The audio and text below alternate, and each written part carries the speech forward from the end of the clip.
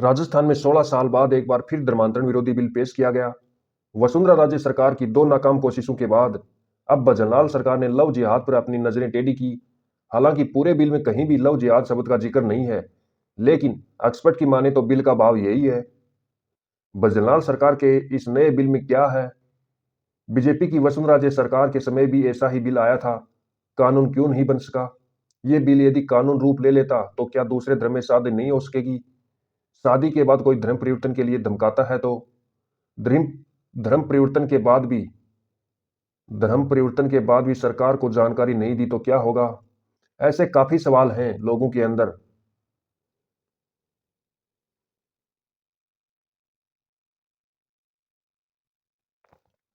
भजन भजनलाल सरकार के इस बिल का नाम है राजस्थान विधि विरुद्ध धर्म संपरिवर्तन प्रतिषेध विधेयक 2025। इस बिल के जरिए राज्य सरकार की एक धर्म से दूसरे धर्म में जबरन परिवर्तन करने वालों और करवाने वालों पर लगाम कसने की मंशा है। काफी दिन से चर्चा थी, काफी दिन से इसका इंतजार था लोगों को। इस बिल में जबरन धमकाकर, बहला फुसलाकर, धोखे अन्य किसी तरह का लालच देकर परिवर्तन करवाने के खिलाफ सख्त प्रावधान किए गए हैं।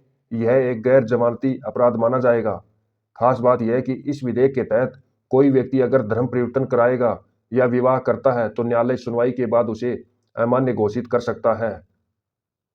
इस बिल में प्रावधानों के जरिए केवल लव जिहाद पर ही निशाना नहीं साधा, बल्कि अनुसूचित जाति या आदिवासी व्यक्ति का भी धर्म परिवर्तन करवाने के मामले में 10 साल तक की सजा और 2 लाख तक के जुर्माने का प्रावधान भी है। नाबालिग के मामले में भी यही प्रावधान है। यदि धर्म परिवर्तन का पीड़ित कोई बालिग व्यक्ति तो सजा आधी यानी 5 साल तक की हो सकती है, वहीं जुर्माना 1 लाख रुपए तक हो सकता है। पहले धर्म परिवर्तन के खिलाफ परिजन ही एफआईआर करा सकते थे, अब इस बिल में दायरा बढ़ा दिया गया है। अब रिश्तेदार भी संबंधित के खिलाफ मामला दर्ज करवा सकते हैं। इसके तहत पीड़ित के चाचा चाची, मामा मामी, बुआ फूफा जैसे रिश्तेदार भी एफआईआर दर्ज करवा सकेंगे। वसुंधरा राजे सरकार ने 2006 और 2008 में धर्म स्वतंत्र बिल के नाम से ऐसा ही बिल पेश किया था। सदन में पास भी हो गया था। उस समय केंद्र में यूपीए सरकार होने के कारण यह बिल कानूनी रूप नहीं ले पाया। 2006 में वसुंधरा राजे सरकार के इस बिल को सदन ने पास कर दिया था। तत्कालीन राज्यपाल प्रतिभा पाटिल ने आपत्तियां जता कर लौटा दिया था। वहीं 2008 में फिर से बिल सदन में पास हुआ।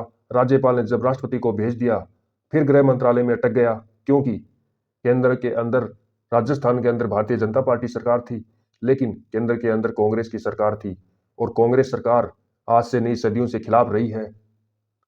वसुंधरा सरकार के बिल में 1 से 5 साल तक की सजा और 25 से 50,000 रुपए तक के जुर्माने का प्रावधान था।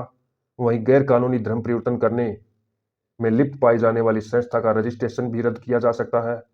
राज्य सरकार के बिल में सहमति से धर्म परिवर्तन की सूचना कलेक्टर को 30 दिन पहले देने का प्रावधान था। ऐसा करने पर 1,000 रुपए जुर्माने का प्रावधान था।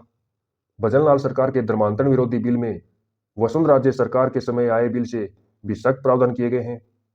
ताजा बिल में सजा और जुर्माने दुगने कर दिए हैं। इसके अलावा राज्य और केंद्र दोनों में बीजेपी की सरकार होने के कारण इस बिल पर बहस के बाद पारित होने की संभावना बढ़ गई है। इस बिल को कानून बनाने की प्रक्रिया में राज्य को केंद्र से पूरा सहयोग मिलेगा। विधानसभा में अब इस बिल पर बहस शुरू हो गई है। ये बिल सदन से पास होकर राज्यपाल राज्यपाल के पास भेजा दिया जाएगा। इसके बाद राज्यपाल इसे स्वीकार करने के बाद राष्ट्रपति के पास भेज सकते हैं। राष्ट्रपति से स्वीकृति मिलने के बाद ये बिल कानून बन सकता है। बिल में सहमति से धर्म परिवर्तन करने से पहले और धर्म परिवर्तन करने के बाद कलेक्टर को तय समय सीमा में जानकारी देना जरूरी है। बिना जानकारी दिए धर्म परिवर्तन करने पर विभिन्न धाराओं में 6 महीने से लेकर 5 साल तक की सजा हो सकती है। 25,000 रुपए तक का जुर्माना भी लग सकता है।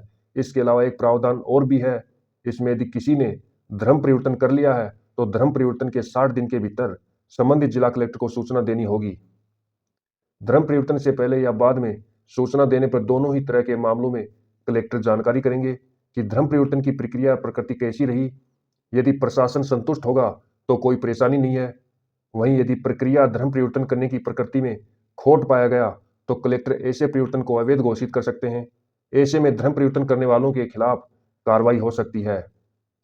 शादी होने के बाद अगर कोई धर्म परिवर्तन करने के लिए धमकाता है या जबरदस्ती करता है तो बिल के सजा और जुर्माने के सभी प्रावधान लागू होंगे। शादी को भी रद्द किया जा सकेगा। पीड़ित के अलावा यदि परिजन या रिश्तेदारों को जबरन या धमकाकर धर्म परिवर्तन के प्रयास की जानकारी मिलती है तो वे भी एफआईआर दर्ज करवा सकते हैं। पुलिस जांच में दोषी पाए जाने पर धर्म परिवर्तन का दबाव डालने वाले के खिलाफ सख्त से सख्त कार्रवाई हो सकती है। अभी गुजरात, झारखंड, उड़ीसा, उत्तराखंड, हिमाचल प्रदेश, अरुणाचल प्रदेश और छत्तीसगढ़ में इसके लिए कानून है। पहले तमिलनाडु में भी था, लेकिन 2003 में इसे नष्ट कर दिया गया। हिमाचल और उत्तराखंड में 5 साल तक की कैद की सजा का प्रावधान है।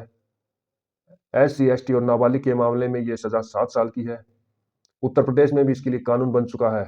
इसका अध्यादेश पिछले महीने ही कैबिनेट में पास हुआ है। इस कानून में जबरन धर्म परिवर्तन करने पर 10 साल तक की सजा का प्रावधान है। बिल के प्रावधानों के तहत धर्म परिवर्तन करने वालों को बेगुनाही खुद साबित करनी होगी, यानी बर्डन ऑफ प्रूफ आरोपी के ऊपर ही रहेगा। वहीं जबरन या लालच देकर यदि धर्म परिवर्तन के मामले में किसी संस्था को दोषी पाया गया तो उसका रजिस्ट्रेशन रद्द किया जा सकता है। ये जानकारी आपको कैसी लगी?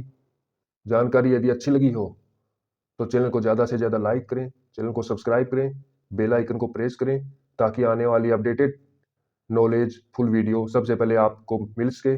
धन्यवाद।